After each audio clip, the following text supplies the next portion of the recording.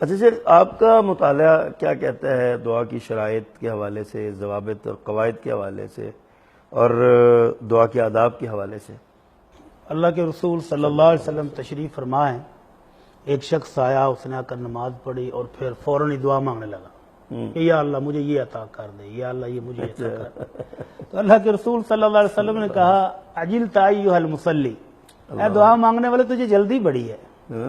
تو اس نے کہا پھر اللہ کے رسول مجھے سکھا دیں کیسے مانگنی ہے۔ آپ نے فرمایا ادھر آؤ پھر میں سکھاتا ہوں کیسے کرنی ہے۔ سبحان اللہ، سبحان دعا مانگنے کا پہلا ادب یہ ہے کہ جس مالک سے مانگنے لگے ہو پہلے اس کی شان میں کچھ بولو، اس کی کوئی حمد و ثنا بیان کرو۔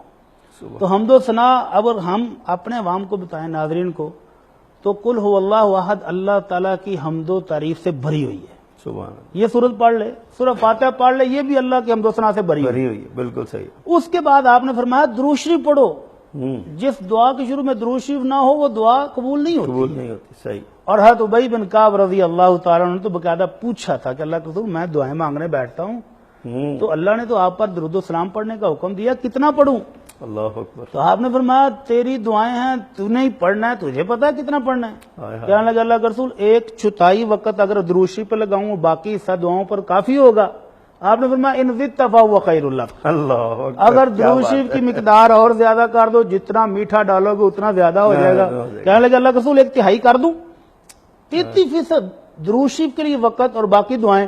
آپ نے فرمایا ان زدت فہو خیر لک، اللہ او بھائی درود شریف کی مقدار بڑھا دو، تیرا فائدہ ہے۔ کہنے لگا اللہ کا رسول 50-50 چلے گا، نصف نصف۔ آپ نے پھر وہی فرمایا ان زدت فہو خیر لک، اور بڑھاؤ اور بڑھاؤ۔ تو کہنے لگا اللہ کے رسول 2/3 وقت درود شریف اور 1/3 اپنے لیے دعائیں بھی تو مانگنی ہیں۔ آپ نے فرمایا ان زدت فہو خیر لک، او بھائی اور مقدار بڑھا دو اور خیر ہو جائے گی۔ کہنے لگا اللہ کے رسول پھر دعائیں ضرور مانگنی ہے، پھر درود شریف پڑھی جائیں گا۔ کیا بات، تو ایسا ہوتا نہیں ہے نا۔ تو اللہ کے رسول نے فرمایا اگر ایسا ہو جائے کہ تو اپنی دعائیں التجائیں بول کے صرف درود شریف پڑھے تو اللہ کے رسول نے 2 بشارتیں دی۔ سبحان اللہ، اذن تکفی ہمک و یغفر لک ذنبک، اللہ ساری پریشانیاں، سارے دکھ، ساری تکلیفیں بھی دور کرے گا اور تیرے سارے گناہ بھی معاف کر دے گا۔ کیا بات ہے۔ اس پر میں ابھی 2 دن پہلے دیکھ رہا تھا، سعودی عرب کے بہت بڑے عالم دین ہیں ڈاکٹر صالح المغامسی صحیح، حافظہ اللہ، بہت شاندار خطیب اور واعظ ہیں، اپنا ذاتی مشاہدہ بیان کرتے ہیں۔ کہتے ہیں میرے دل کا آپریشن ہوا، اوپن ہارٹ سرجری، کہتے 24 گھنٹے میں بے ہوش رہا۔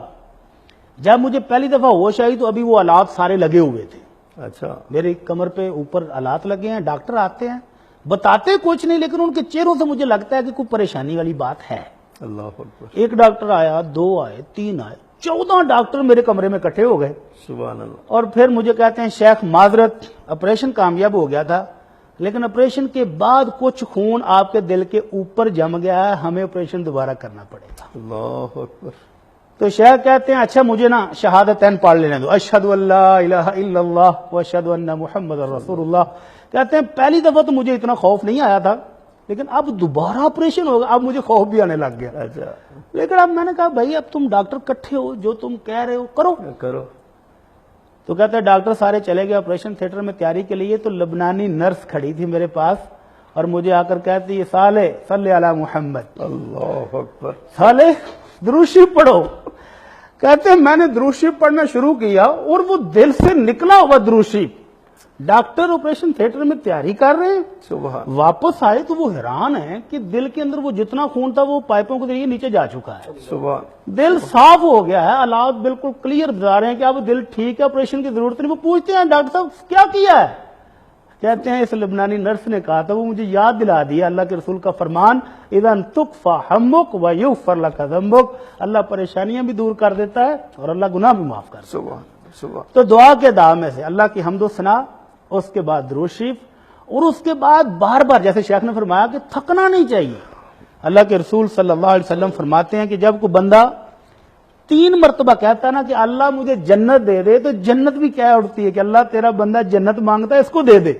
اللہ، اور جب بندہ 3 دفعہ کہتا ہے اللہ تیری جہنم سے پناہ مانگتا ہوں، تو جہنم بھی کہہ دیتی ہے اللہ تیرا بندہ پناہ مانگ رہا ہے اس کو پناہ دے دے۔ تو دعا کو بار بار مانگتے رہنا چاہیے، فقیر بن کے تو دکھائے نا بندہ، اللہ اکبر، یہ آداب میں سے ہے۔ اور پھر اللہ کے رسول صلی اللہ علیہ وسلم نے ایک دعا مانگنے والے کو سنا، وہ دعا سے پہلے کہہ رہا تھا اللہم انی اسألک بِأَنِّي أَشْهَدُ أَنَّكَ أَنْتَ اللَّهُ لَا إِلَهَ إِلَّا أَنْتَ الْأَحَدُ الصَّمَدُ الَّذِي لَمْ يَلِدْ وَلَمْ يُولَدْ وَلَمْ يَكُنْ لَهُ كُفُوًا أَحَدٌ. تو اللہ کے رسول نے فرمایا اس نے وہ اسم اعظم پڑھا ہے کہ جس کے پڑھنے سے ہر دعا قبول ہو جاتی ہے اور اللہ سے جو مانگا جائے اللہ عطا کر دیتا ہے. تو دعا مانگنے سے پہلے یہ اسم اعظم بھی پڑھنا چاہیے. اسم اعظم پڑھے اور وہ دعا پڑھے جس کو پڑھنے کے بعد اللہ رب العزت نے اپنے نبی کو مچھلی کے پیٹ سے نجات دے دی. اللہم لا الہ الا انت سبحانک انی کنت من الظالمین. تو یہ کچھ آداب اگر بندہ خیال رکھ کے، اصل بات یہ ہے کہ اپنے آپ کو فقیر بنا کے دکھا دے. جب بندہ اپنے آپ کو فقیر ثابت کر دے اور اس کو اپنا داتا مان لے تو پھر دعائیں قبول ہونی شروع ہو جاتی.